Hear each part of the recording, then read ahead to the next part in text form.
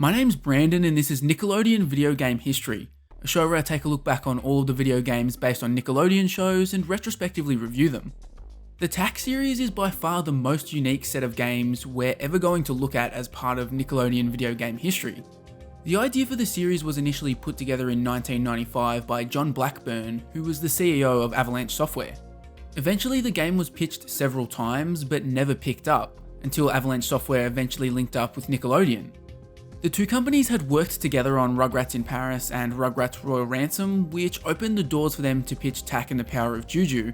Amazingly, Nick agreed to it, making this the first Nickelodeon game to not be based on a TV show or a movie.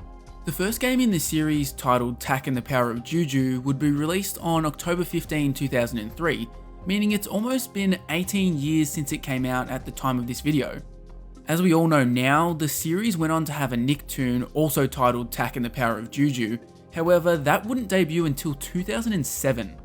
It was actually the first CGI series to be directly produced in-house by Nickelodeon. There had been previous CGI Nicktoons before, take Jimmy Neutron for example, however they had never been 100% produced in-house at Nickelodeon Animation Studios. Tak was breaking a lot of new ground in its time with Nickelodeon. It was a bold idea to launch an IP like this, and it probably could have worked if the show had been released closer to the original 3 games coming out. The third Tak game was released roughly 2 years before the show finally hit screens. In an interview with IGN, John Blackburn spoke about the animated series in the works. Clearly they had some issues, possibly stemming from the CGI nature of the show. As a result of these production dilemmas, the show performed extremely poorly, running for just one season of 26 episodes before being cancelled. There would be a couple of games released based on the show, but the franchise fizzled out for good after that, which is a shame. Clearly Nickelodeon had a lot of faith in the idea, seeing as Tak was teased in several other Nickelodeon games, featured in a bunch of the Nicktoons Unite games, and got 4 home console titles. It sucks that Tak is basically non-existent these days. Not even the crossover Nick games want to pay homage to him, so a revival doesn't seem to be on the cards for now. As I mentioned, Avalanche Software developed the home console version, and they'd be the developer for the entire original trilogy. But there was also a GBA version. For this, they'd have to step outside of their studio and hand their baby off to somebody else. Fortunately, they didn't have to go too far, linking up with THQ, who Nickelodeon had an extensive working relationship with, and who were also publishing the console versions. The game was given to Helix, who were owned by THQ, and they've popped up a lot during Nick's GBA era. They had literally released Jimmy Neutron Jet Fusion around 3 weeks before this game came out. I really enjoyed that game, so I'm hoping this has the same quality and isn't a rush job. Rubbing even more salt into the wounds of Tak's unfortunate demise as a franchise, the games were a hit with critics. The PS2 and GameCube versions pulled in a handy 7 average review score, putting it just outside the top 10 most critically acclaimed Nickelodeon games ever made. The GBA version was on another level though. It landed a 7.9 average review score, making it arguably the best reviewed Nick game of all time. The only games I can find with scores above it are ones that have less than a handful of surviving reviews. Its 7.9 average from almost 30 reviews puts it above cult favourites like Battle for Bikini Bottom and the SpongeBob movie. And honestly, it's not too surprising to see these review scores. Tak wasn't being made to cash in on a pre-existing IP. Rather, this game and the subsequent sequels were being used to launch a brand new IP, sort of how the Jimmy Neutron movie was being used. It needed to be top quality if there was any hope of that happening. With 2 of the best Nickelodeon games seemingly in our hands, let's dive in and see if they live up to the hype.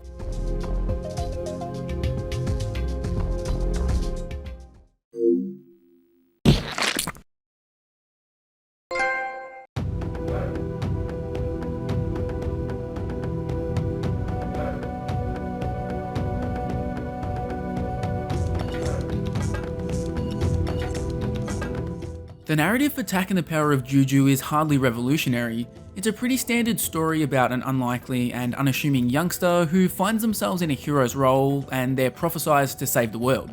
What is unique, at least for a Nickelodeon video game at this time, is the way that the story is told.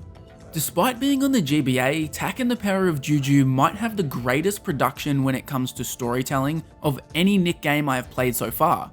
It starts with the intro, which is incredibly cinematic and sets the scene perfectly. Even the company splash screens in game's title screen are next level. It's in these aspects that two things are evident. The budget for Tak was much higher than your average Nick game, and the passion was also much higher than your average Nick game. You can tell that the devs are shaping and sculpting a brand new game world rather than being given a pre-existing world and forced to play within strict parameters. This is great freedom to grant a studio like Helix, who have proven they have a bunch of creativity and have pushed boundaries in most of their Nick handheld games. The game's visuals are really solid and all of the characters are bursting with life. One thing I really liked was the character animations. They were all so full of life. Something as simple as Tak's feather flopping around while he runs and platforms gives extra life to a pretty basic action. And on top of that, this game has one of the best soundtracks ever.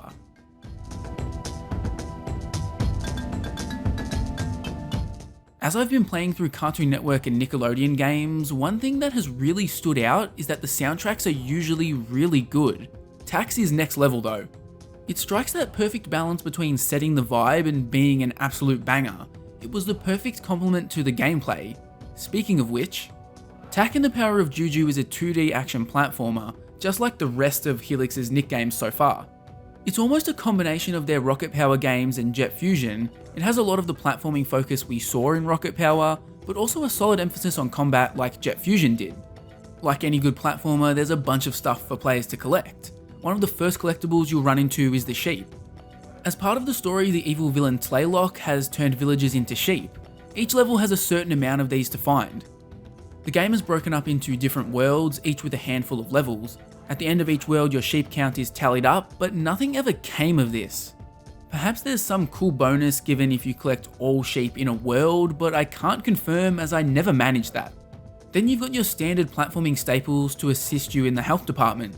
Purple orbs give a 1-up when you gather 50, regular feathers restore health, while gold feathers increase your max health. It's all well and good to include this in your platformer, but for players to actually want to go after them, your movement controls have to be at least half decent. Thankfully, movement in Tak and the Power of Juju is so smooth, which is handy because the game makes a big deal out of moving in all directions. Almost every level has some degree of verticality thanks to vines and climbable walls. Sluggish controls would have made this a nightmare, but instead I was instantly able to parkour my way through the jungle environments.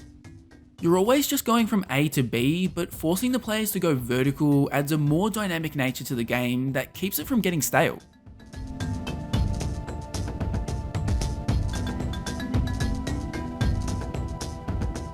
Like I said, Helix is given an equal focus to combat here. Tak gets an arsenal of attacks, but at first you're stuck with a simple blowgun. Combat starts off being a bit more nuanced than just mowing down enemies with blow darts.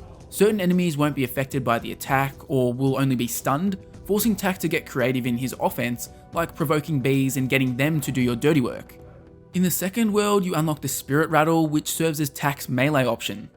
This really felt necessary, as taking on some enemies from a distance felt clunky. Unfortunately, the Spirit Rattle isn't a perfect solution. The range on this attack is a little too short, forcing you to get in ridiculously close to kill most enemies. It feels ever so slightly off. Not enough to make me actively dislike the combat, but enough to have me let out a disapproving "ugh" every time I'd take damage from a situation like this. Towards the finale of the game, you unlock Juju Magic for your Spirit Rattle. This is a charged range attack activated by holding R. This made gameplay a little stilted until I realised you could charge and then stall the attack, which made the game flow way better. Unfortunately, the 2 attack additions sort of removed the little bit of strategy that was present in the gameplay. At full strength, Tak can just mow down enemies. In particular, the ranged attack of your Spirit Rattle is too powerful to not use every single time. No enemies resist this, so there's no downside. You'll find fruit grenades, which serve as both an attack and a way to clear blocked paths, and then there's the Rhino you can ride, which obliterates all enemies in your path. Overall, I was quite satisfied with Tak and the Power of Juju's combat. It wasn't perfect, but it worked well enough.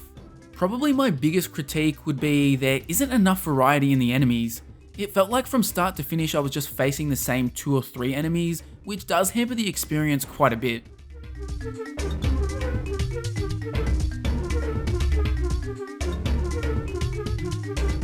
Helix do attempt to spice things up though. Obligatory boss battles make an appearance here, but I didn't entirely hate them. largely because they don't just shoehorn them in without thought. The first few worlds don't have any boss battles because the story doesn't call for them. It isn't until things start escalating that there's an actual reason to have boss battles, so Helix hold off until then. Every one of these boss battles is completely unique too. I didn't love any of them, but it was refreshing to see them make sense from a narrative perspective. And then there's the animal suits that change up portions of regular levels. You get a chicken suit that allows you to fly and drop eggs.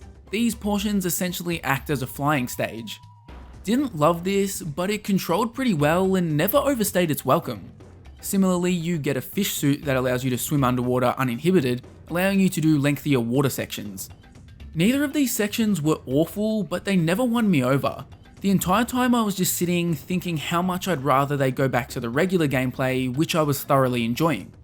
It wasn't all positives though, particularly when the game was kicking my ass. Tak and the Power of Juju has some genuine difficulty to it. They're pretty generous with the health pickups, but even then you'll find yourself struggling at times. My biggest gripe with the difficulty was that levels don't feature any checkpoints. Levels are definitely on the shorter side, so I can understand the decision to not include them, but I think it's a decision that really hurt the game. Levels are at this awkward length where checkpoints aren't extremely necessary, but dying and having to start everything over is a bit of a chore. This is really noticeable in the final world where they beefed up the scope of levels. Checkpointing should have been a non-negotiable for these levels at least.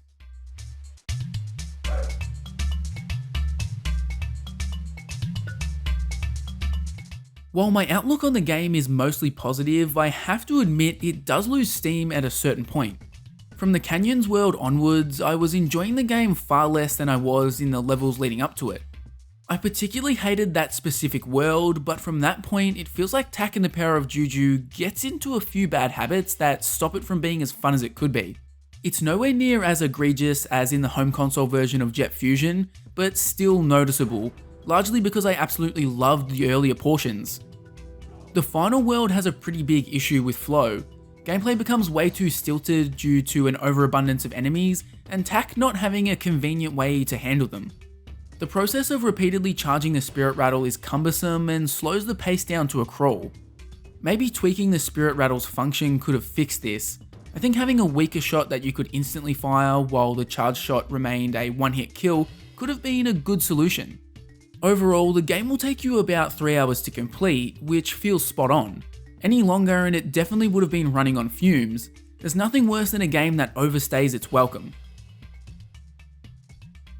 Tak and the Power of Juju on the GBA is a very good game. It's not perfect, and there were a number of sections I really disliked, as well as some mechanics and design ideas I would have tweaked or removed. But despite those, I can't deny the game is a joy to play. Is it the best Nickelodeon game ever made? Well, I'm not sure I would consider it the very best Nick game I've played so far. There are some strong contenders alongside it, but it's definitely not absurd to place it in the GOAT conversation. Even with this being the handheld version, you can tell Tak has a lot more passion and financial backing going into it than the majority of the Nickelodeon games we see. This passion and budget shines through clear as day. I wish we had more Nick games like this.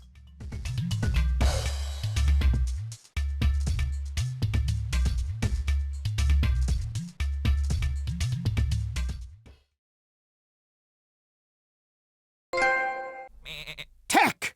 What are you doing? You told me to go get Locke. Yes, that's right. Go fetch Locke. Stop playing with the sheep. I did get Locke. No, you fetched a dirty, stinky animal.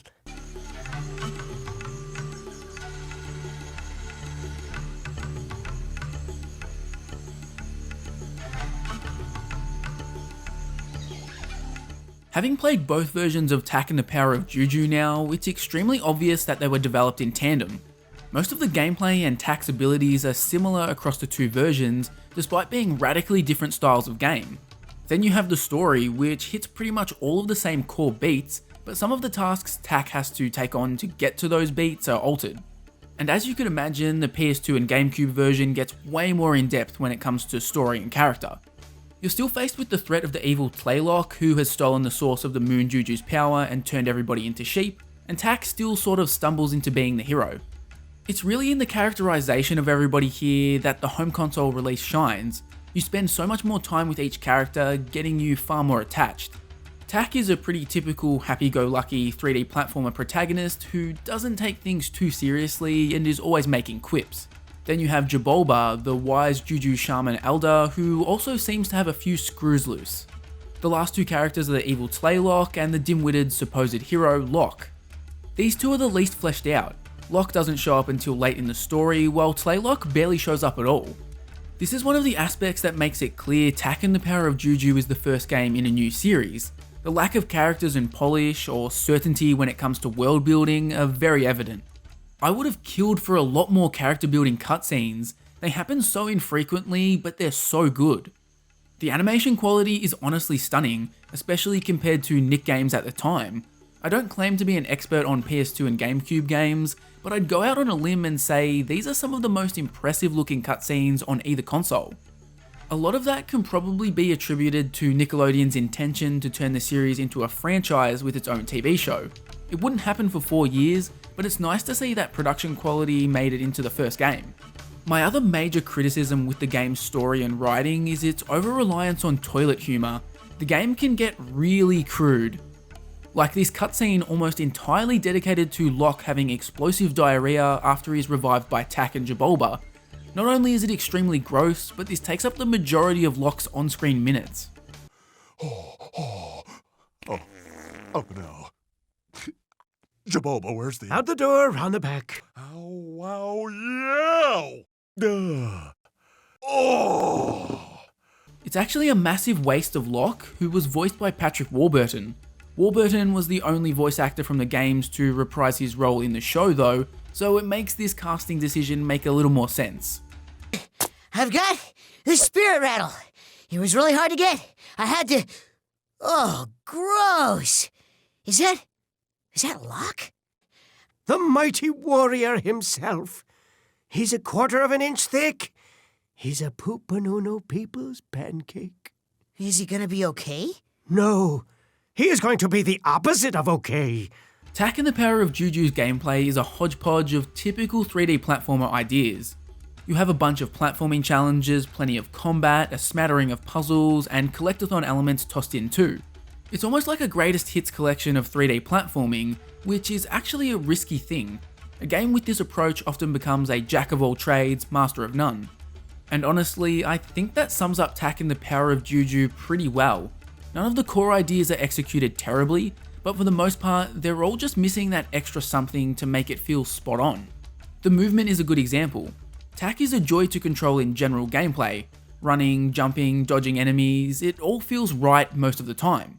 But then you come to sections that are designed to be a genuine test of platforming, like the Dry Rock Caverns location, and it just feels slightly off. It ends up exposing that Tak doesn't have Mario level type platforming controls, and left me thinking the game should have avoided sections like these. As you're making your way through this mystical world of Juju magic, you'll see a ridiculous amount of feathers scattered about. These do two things. Yellow feathers restore your health, while the other feathers allow you to perform magic. The game is really bad at introducing the Juju magic mechanics, which I'll touch on in a moment, and it does an even worse job in indicating your health is being restored. When you pick up a feather, it'll show a tally that is increasing. However, when you pick up a health feather, it doesn't show you've restored some of your health. It got to the point where it felt like there actually weren't any health pickups in this game. Tak's health is just a complete mess. You get an update on your health when you take damage, but if you take multiple hits, it only shows what your health dropped to after the first hit. It's a poorly communicated system and something that screams first game in the series. Thankfully, Tak has a few combat options to keep himself from harm. You start the game with a very simple melee attack, but your journey quickly leads you to a staff. This is also a melee attack, but has a much longer reach and doubles as a high jump for Tak. You'll use the staff as if you were pole vaulting at the Olympics, which opens up new areas and adds a nice wrinkle to the platforming, but also brings some stuttering to the movement. The vault jump is extremely annoying to use in general play, which meant I was constantly switching back and forth between the two combat options, which was a bit annoying. Just like on the GBA, Tak gets a blowgun. You can use it as a weapon, but it's most often used to solve puzzles. And as the story progresses deeper, you gain the Spirit Rattle, again just like on the GBA. Rather than being a projectile attack, the Spirit Rattle is essentially just a beefed up version of the original melee attack, being able to kill many enemies in just a hit or two. There are a decent amount of options at Tak's disposal for combat, but like I said, it all feels a bit off. I'd say it's 95% on the mark, but that missing 5% hurts the experience. I think a lot of it comes back to a similar issue with the melee on the GBA. The reach is so short that it feels like taking damage from enemies is an inevitability due to how close you need to get to smack them. There's also this weird design decision where enemies won't die if you keep smacking them. It's only once you stop hitting them they'll disappear. A one-hit enemy will seem like they're still alive even after you've whacked them a handful of times. It's pretty clear that Tak and the Power of Juju has major issues with communicating a lot of basic things to the player.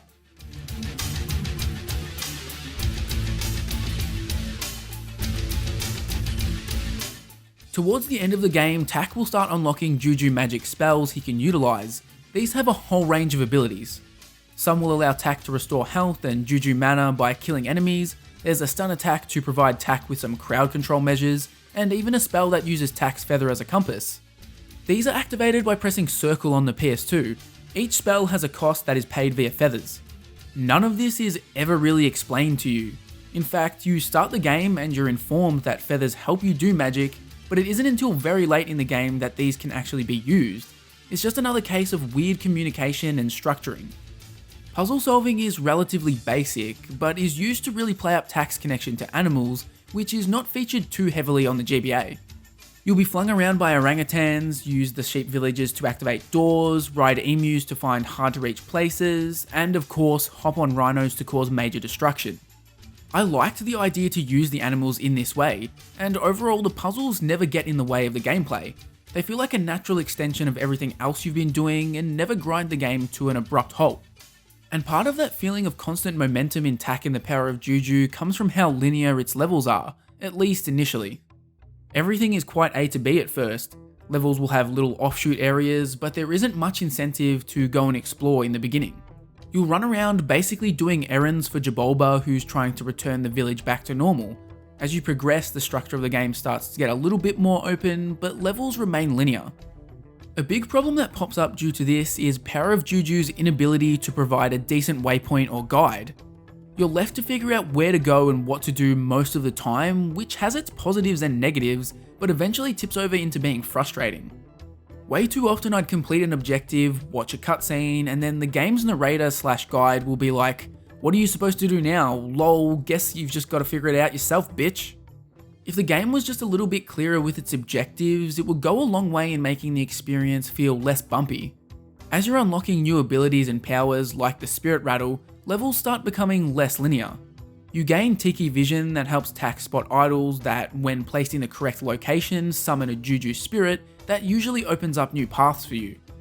This breathes some new life into pre-existing locations, but I think I would have liked to see them implemented into the levels on your first trip to them. Realistically, the levels are still linear. You're rarely given a massive playground to explore.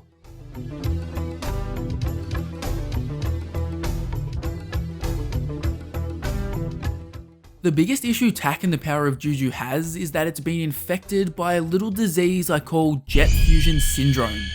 What's Jet Fusion Syndrome? Well, it's named after the home console version of Jimmy Neutron Jet Fusion, which was a perfectly enjoyable game until about the halfway point, where the devs threw the gameplay out the window and started introducing unbelievable amounts of random minigames. Jet Fusion Syndrome describes a game that has established a perfectly enjoyable style of gameplay, but all of a sudden decides to stray from that in favour of random change-ups that are usually bad or just a complete distraction from what you'd want from the game. Tak and the Power of Juju has a lot of these moments. The first of these that I slammed into like a brick wall was the snowboarding. Yes, you heard that correctly. Why this game includes not one but two snowboarding sections I'll never know, but it comes completely out of left field and it caught me off guard. Now, this isn't any ordinary shoehorned snowboarding section. This has been ridiculously fleshed out. There are a wide variety of tricks and mechanics for Tak to use while shredding up the slopes. It's so in depth that when you first enter this area, you get a tutorial video that lasts like 5 minutes. It's insane. None of that is even the craziest part. To my surprise, the section actually plays pretty well. However, that's not the point. I don't want an extreme sports section in my 3D platformer. It feels so tone deaf of Avalanche, it completely kills the game's momentum up to that point, and it's from here onwards that they start getting too experimental with the gameplay. From here you jump into some escort missions, you'll need to guide these mummies through some puzzle platforming sections, which are an absolute chore to sit through. The last couple are bearable, but the first two are an exercise in tedium. Then almost immediately following this, you grab Locke's spirit balloon and are tasked with carrying it back to Jabolba. It just so happens you have to go through a hedge maze that is covered in spikes while doing it. But the absolute worst area of the whole game is Chicken Island. I'm shuddering just thinking about it. Here is where you unlock the chicken suit like in the GBA game, but unlike that version, this is not a fun gameplay change-up. You can fly and glide in this suit, but it feels awful to control. The flying is super clunky and the gliding is laughably slow. Seriously, why is gliding so slow here? The majority of your time spent on Chicken Island's first section is doing things related to gliding, and it bored me to tears. Eventually you'll head back to Chicken Island and enter its temple when Tak is tasked with collecting moonstones to defeat Slaylock. This whole temple is dedicated to these puzzle platformer sections surrounding chickens. You need to steal these chicken eggs to activate an elevator, and good lord is it some of the most unenjoyable gameplay I have ever sat through. So much of this is running around in circles, having to slowly smack around chickens to activate pressure plates, and then clunkily navigating these timed doors.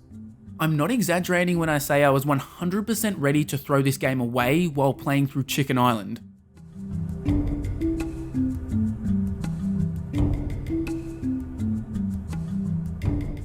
I think all of my biggest frustrations with Tak and the Power of Juju can be summed up by one word: Yorbles. Yorbles are a plot point introduced around a third of the way into the game. Just like how Tak gains the ability to see tikis, he also gets the ability to see these magical Yorbles. Here's where the collectathon aspect comes into play. The story dictates that Tak must collect 100 of these things, so pretty much the entire game comes to a grinding halt while you attempt to do this. Thankfully, there are actually 200 of these to collect, so it's not an annoying needle in a haystack situation, but a significant portion of those 200 are found in levels you won't have access to in this portion of the game, so it's still a bit of an issue. The Juju Magic Compass ability comes in handy too, but at the end of the day, tediously combing every level for 100 items just really isn't much fun. I was enjoying Tak and the Power of Juju so much more prior to this.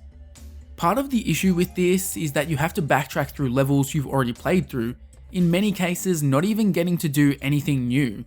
You're simply retracing your steps because the story dictated that Tak couldn't see the Yorbles previously. I think the game would have way better structure and pacing if you were collecting these from the start. It's just grindy and boring the way that was seen in the final game. It feels like the Yorble collecting takes up the majority of Tak and the Power of Juju's playtime, and while this is going on, you basically get zero story or character moments. I think this is another reason why I found the Yorble stuff so annoying. I was enjoying the cool character moments, but you don't get rewarded with any of that for what feels like an eternity. During this time, Tak and the Power of Juju could have just been any random game. The icing on the cake is that you can't just collect the Yorbles you need in a level and then bounce. If you were hoping to duck back into a level you've already done to round out your collection, you'll have to play to the very end or to a teleport point if it has one. The Jet Fusion syndrome hit hard with this game. It's not as bad as the game the infliction is named after, but it really reduces the quality of the game in my opinion.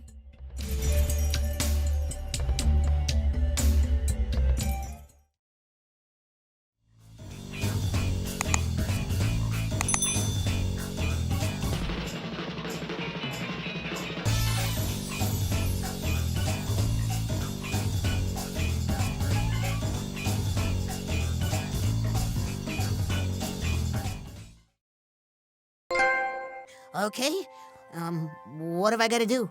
It's simple. You're ready to face Slaylock now. All you have to do is jump through the portal. This is too sudden. I wasn't prepared.